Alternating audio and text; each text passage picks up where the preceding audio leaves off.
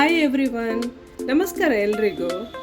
ಇವತ್ತು ನಾನು dry fruits, dry ನಟ್ಸನ್ನು ಹೇಗೆ ಪ್ರಿಸರ್ವ್ ಮಾಡಿ ಇಡೋದು ಅಂತ ಹೇಳುವ ಮಾಹಿತಿಯನ್ನು ನಿಮ್ಮ ಜೊತೆಗೆ ಶೇರ್ ಮಾಡಲಿಕ್ಕೆ ಇಷ್ಟಪಡ್ತೇನೆ.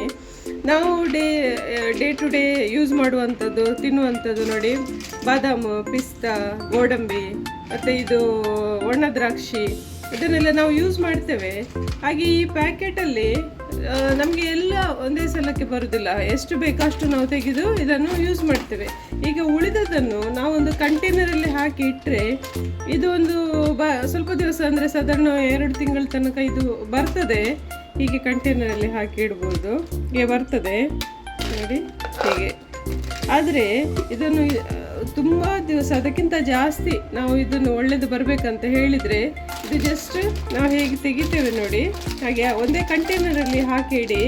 ಇಲ್ಲ ಅಂತ ಹೇಳಿದರೆ ನೋಡಿ, ಪ್ಯಾಕೆಟಿಗೆ ಹೀಗೆ ಒಂದು ರಬ್ಬರ್ ಬ್ಯಾಂಡ್ ಹಾಕಿ ಇದನ್ನು ಫ್ರಿಜ್ಜಲ್ಲಿ ಇಡಿ, ರೆಫ್ರಿಜರೇಟ್ ಮಾಡಿ ಇಡಿ. ಆವಾಗ ಅದು ಬೇಗ ಹಾಳಾಗೋದಿಲ್ಲ, ಫ್ರೆಶ್ ಆಗಿರ್ತದೆ. ಮತ್ತು ಈ ಪಿಸ್ತದ್ದು ನೋಡಿ, ಈ ಕ್ರಿಸ್ಪಿನೆಸ್, ಕರುಕುರು ಏನಿದೆ ಅದು ಹೇಗಿದೆ ಹಾಗೇ ಇರ್ತದೆ.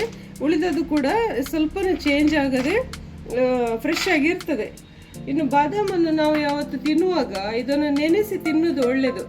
ಮೊದಲನೇ ದಿವಸ ರಾತ್ರಿ ನೀರಲ್ಲಿ ಹಾಕಿ ನೆಕ್ಸ್ಟ್ ಡೇ ಅದನ್ನು ಹೀಗೆ ಬಿಡಿಸಿ ಸಿಪ್ಪೆ ತೆಗೆದು ತಿನ್ನೋದು ಒಳ್ಳೆಯದು.